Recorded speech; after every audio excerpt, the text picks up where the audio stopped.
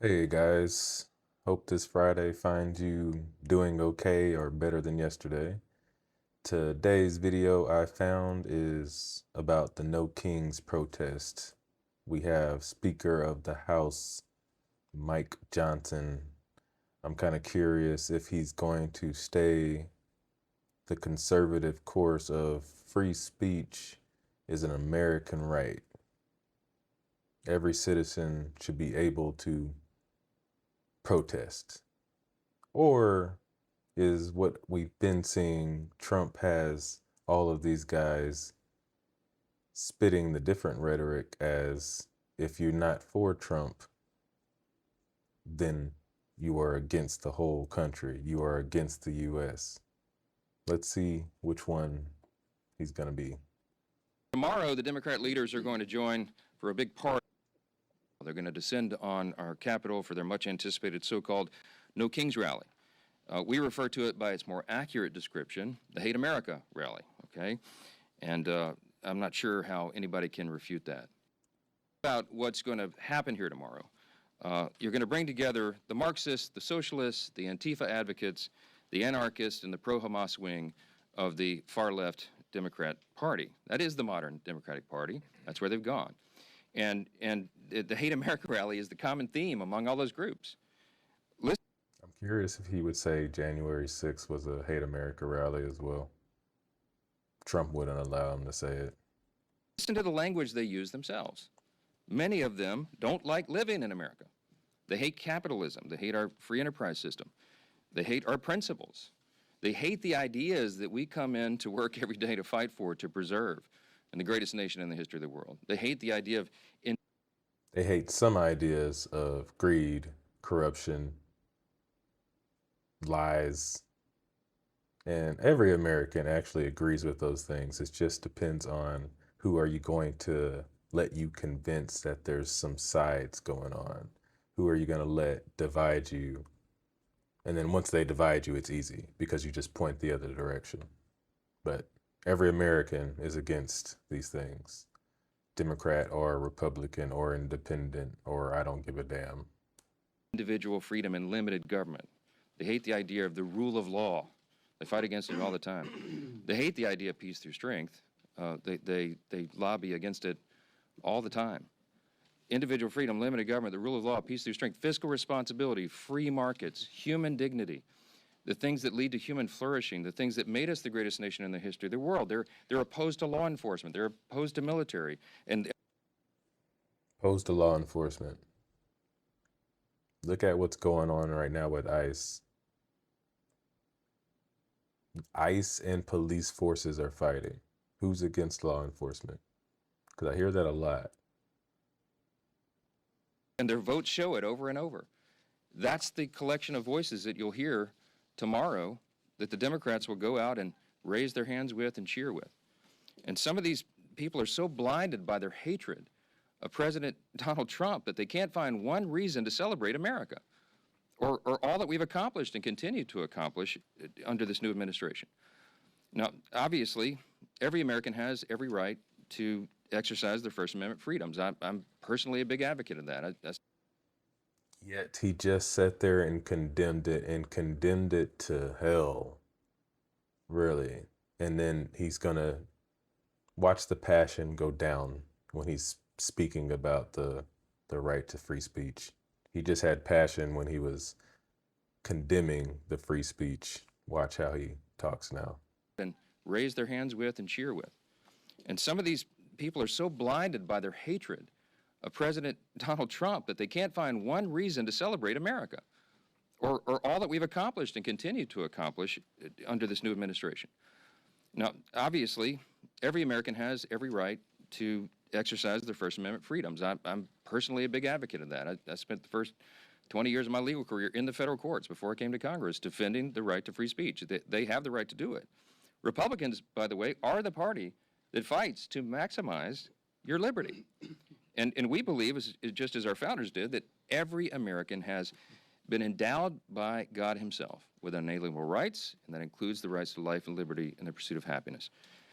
But tomorrow, this rally is not about freedom. It's about the opposite. For many of our Democrat colleagues, tomorrow is about creating really a spectacle. That's what they've been doing here every day of the shutdown with their little TikTok videos and their publicity stunts. We have a president that posts videos, tweets all the time, or X's all the time, whatever the hell they call it. The hypocrisy of what's going on is driving me insane. It has to be driving you guys insane too. I can't be the only one that's just seeing the blatant hypocrisy that's going on. They don't even care that they're doing it in your face. He's speaking this with a straight face. The people behind him, straight faces. Besides this guy, he looks like he's just pissed off. She looks like a zombie. I don't know. They're all zombies, I guess, at this point, because I don't even know if this is their words. These are our president's words, and he has puppets, and he's just sitting behind them. So I don't even know if these are their real feelings. And they're going to do it in a much larger venue tomorrow. And as the shutdown drags on, it's becoming increasingly clear that this spectacle is the reason the Democrats have refused to reopen the government. Just read a sample of the materials that this organizing group has circulated far and wide about the event tomorrow. They distributed talking points cheering on the shutdown. I mean, they're urging this on. They love this. President Donald Trump said to the party, do not negotiate with the Democrats. Hypocrisy once again. Also, shutting down the government to stop something from happening. I believe it was about a month ago that Mike Johnson sent all the Republicans home, so there could not be a vote on Epstein files. Now, also, he's not trying to swear in the senator from Arizona because she would be the final vote to force the Epstein files to be released. Who is really making a spectacle to keep the government shut down? They're cheering on Chuck Schumer's decision to close the government, and their lead organizer said this. This is his words, not mine. Quote, "He hasn't surrendered yet. I call that progress." Maybe that's what led Chuck Schumer to say that every day of the shutdown gets better for us. That's what he said. Since then, Democrats have had their 7th, 8th, 9th, 10th, 11th opportunities to reopen the government, and they have obeyed the mob. They have listened to that. On Wednesday, this is pretty ominous. I don't know if anybody's reported on this, but you should. The lead organizer of tomorrow's event issued an open threat to Democrats in Washington, and this is what he said, quote, "The cavalry is coming in on October 18th, and they're either going to be celebrating you or they're going to be calling for new leadership in the Democrat Party." Now, I know who heard that. Chuck Schumer heard it. Hakeem Jeffries heard it. And their actions and their votes show that they are taking that as an order.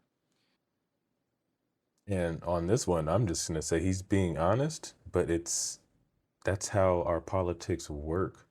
He's stating part of the problem with our politics is that these guys follow a mob, but it's not the mob that you think. They follow this corporate mob.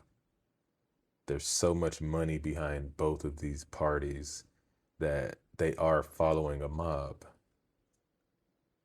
You have to listen to these people when they speak because they tell on themselves. They will tell on themselves. They'll tell you the strategies that they're using. These are the strategies that they're using. Evidently, they've decided it's more important to show a fight to President Trump and appease this mob than to reopen the government and ensure the American people are taken care of. It's a binary choice right now. And to the surprise of literally no one, Chuck Schumer confirmed yesterday that he'll attend tomorrow's rally. Of course he will. He gave an impassioned speech on the Senate floor. He urged his colleagues to stand with him and fight against President Trump. The fight is absurd. Senator, you've been in office for 44 years. You've been in Congress longer than that, but you've been in Congress. Too long, by the way. We need term limits, just like they want us to retire at a certain age. Gotta go, guys.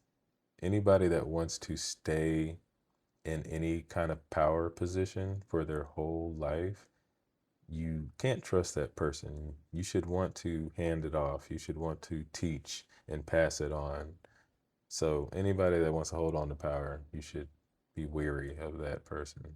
For 44 years, and everybody clearly understands what's going on. You're holding the entire country hostage to protect your own political career. I mean, no one can deny that. And what you're doing is absurd. You're demanding a trillion and a half new spending instead of the clean, totally nonpartisan CR that you yourself voted for just 7 months ago. The whole charade is obvious. And I also want to point out the irony There's that is always a bunch equally of clear. deals in the background. Okay, as much as we disagree with Schumer and the Senate Democrats and all of that's going to happen tomorrow, no one, not a single person is going to be standing in their way of their right to exercise, assemble, and protest peacefully. That alone is a profound testament to the strength of our republic, to the beauty of America. They are decrying the country that allows them to engage in this activity. And the last time I checked, They have this very egocentric power trip right now that Republicans think they are the country. Like freedom of speech, like, you know how he said it, like that we allow this, like they allow this. And honestly, what he could have did is had this last 2-minute speech just be the whole speech. They could have just come out and be like, yeah, guys, go do your protest. But he can't just come out and say that because he is a puppet. So he has to come spit out all the negative first because they have to spin it to a negative way so that maybe something happens tomorrow. If you're going to go protest, be careful because this is what they're doing and they're trying to force something to happen. And then they cover themselves by speaking about what should have just been the thing they spoke about, which was, hey, go out there, protest peacefully. That's it. Imagine if he would have came out and said that. The shock. But he can't say that. Americans have more freedom right now to express themselves and speak their minds after Republicans took over and ended the years of having millions of Americans' voices systematically silenced during the COVID pandemic years and the left's cancel culture. Cancel It is Jimmy the Kimmel. Republicans Cancel restored your anybody right against to share and speak Charlie your mind. Kirk. And that's the first and most obvious irony of the Hate America rally. Hypocrisy The second again. and even more absurd fact is that all the Democrats who are so angry that they don't control the government are the same people who have decided to shut it down and hand the keys to President Trump. That's the great irony. Chuck Schumer said it himself. I brought just 2 lines out of his New York Times op-ed that he wrote and published March 18th of this year. And he pointed out there, in a shutdown, this is his words, the Trump administration would have wide-ranging authority. He said there's no check on their determinations on what is essential and what is not. Chuck Schumer put it in writing and published it. He knew this. Yep, that guy's bad guy too. And they play with each other like this because they know they have to make certain deals. And then you make one deal way over here because you know you have the leeway down on this end. And that's all this is. They made a deal a few months back to keep the government going. These Republicans knew they were going to use that against them this time because they knew there wasn't going to be another deal done because they don't talk to each other. There is no communication. They don't want to communicate. Scenario, and he is the one that has decided to hand the keys to the kingdom to President Trump. When he shut down the legislative branch, the chief executive has the authority to make the decisions in the executive branch. He has no choice. They have turned off the funding streams, and they have to triage the situation with federal spending. Everybody on the mall this weekend should recognize and remember who's responsible for taking the reins of Congress and handing them to President Trump. All right, I want to stop right there because it's interesting. I don't know. He's tricking me here. Is he saying that he knows that Trump is a bad person? I know I'm supposed to take it as him being ironic, but, hear me out here. What if he is actually trying to say, guys, this is getting dangerous, and that's his only way, because Trump's right behind him watching him. That's his only way he can try to tell us, please, guys, fund the government. My boss is going to go crazy. I know my boss is crazy. Anyways, I hope you guys like this video. You know what to do. Click your buttons. Let me know. Comment in the comments section. J Knight out. Peace.